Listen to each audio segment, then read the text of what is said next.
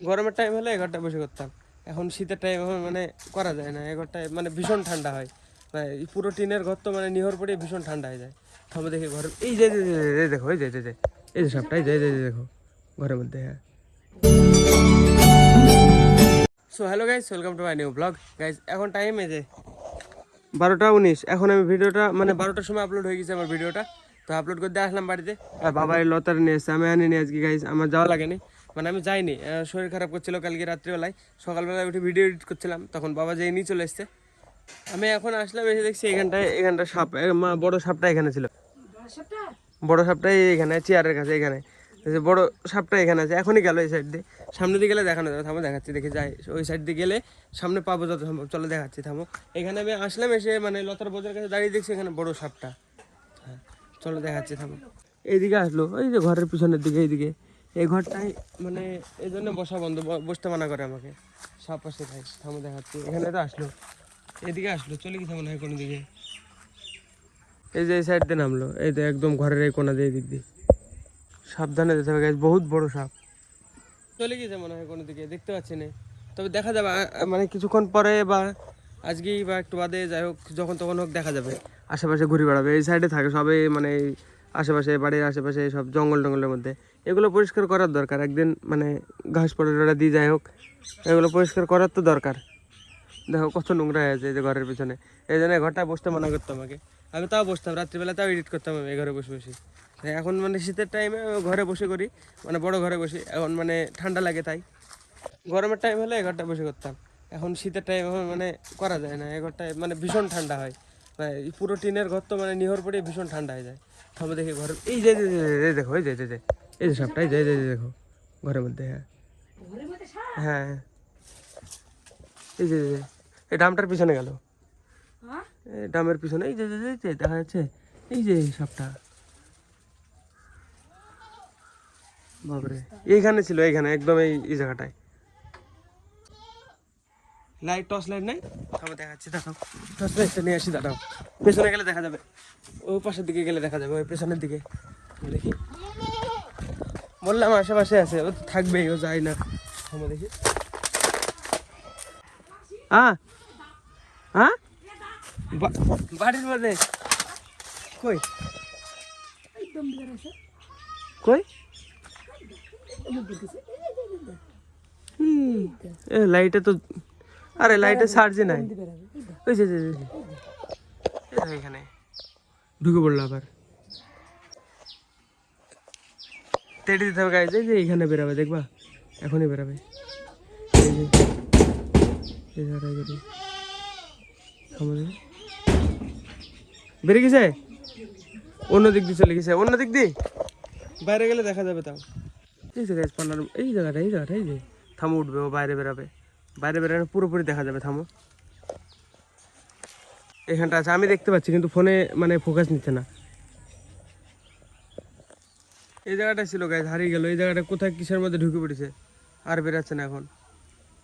এই জায়গাটায়, একদম এই জায়গাটায় ছিল, কোথায় গেল কি জানি। থামো দেখি, বেরায় নাকি। থামো খুঁজি, ফার্স্টে আমি সাবধানে খুঁজতে হবে, নাহলে কামড়ে দিলে ভাই শেষ। দেখি খুঁজি, একটু চেষ্টা করি খুঁজে। থামো, দূরে দূরে থাকতে হবে, তাই পেলাম না গাইজ, দেখতে পেলাম না, কোথায় হারিয়ে গেছে।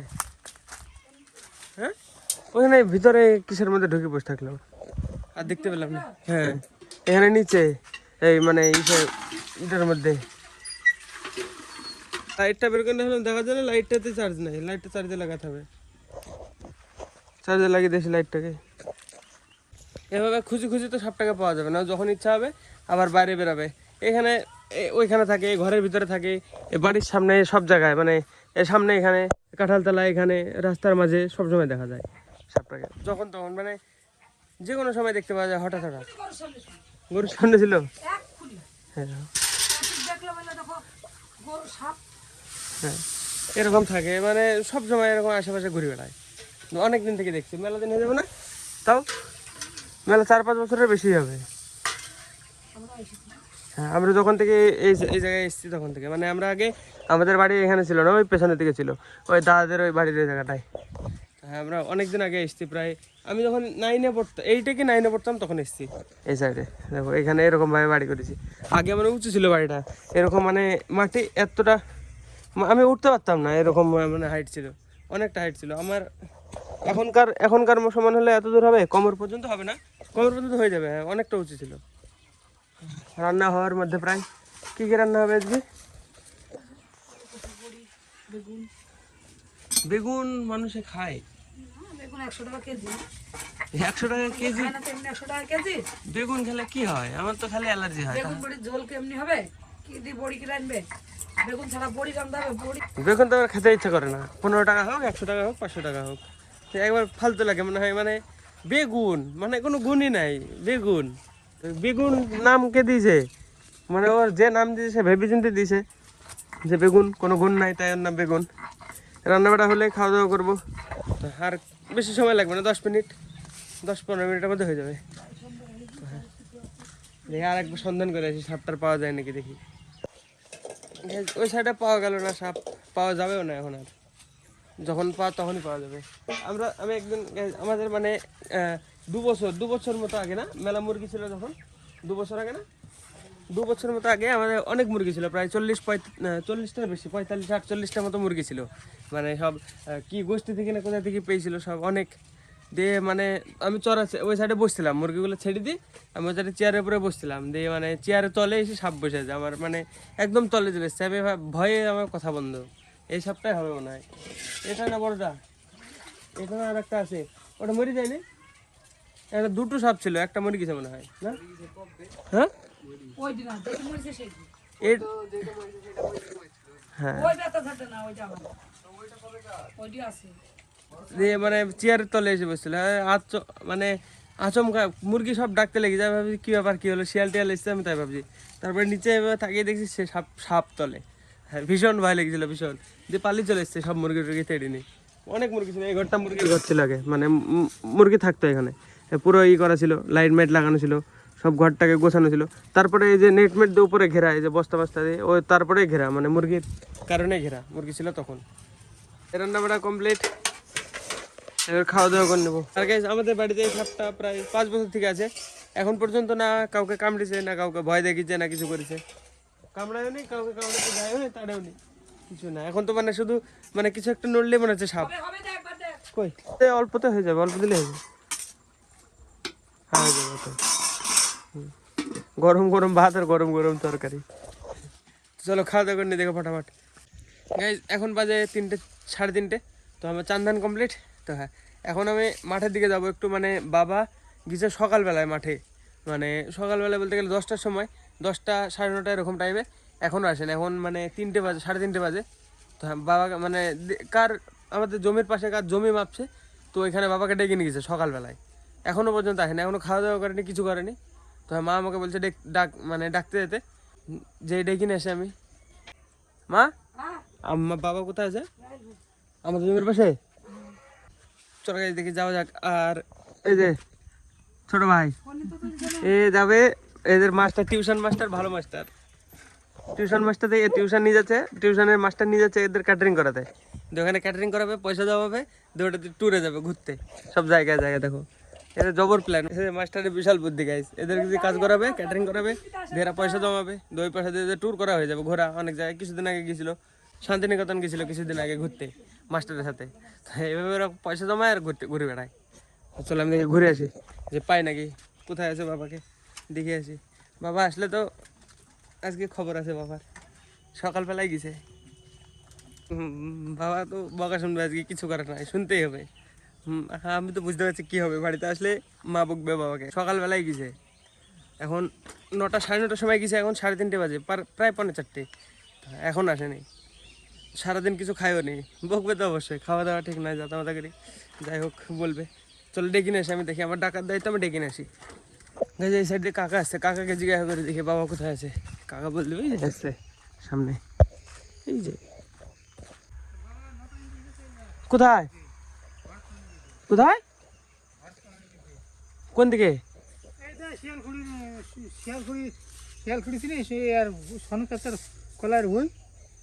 আমাদের রায়ের ভয়ের ওই দিক দিয়ে যাওয়া যাবে? এদিক দিয়ে যাই যাই এটা ইয়ার মহার পটল সিরিজ মহার পটল হয়েছিল। নাসুদার ভাইয়ের দিকে নাকি হ্যাঁ হ্যাঁ এখানে বাবা জমি ভাবতে ভাবতে আবার মানে পটলের লতা পেয়েছে এখানে কাটতে চলে গেছে।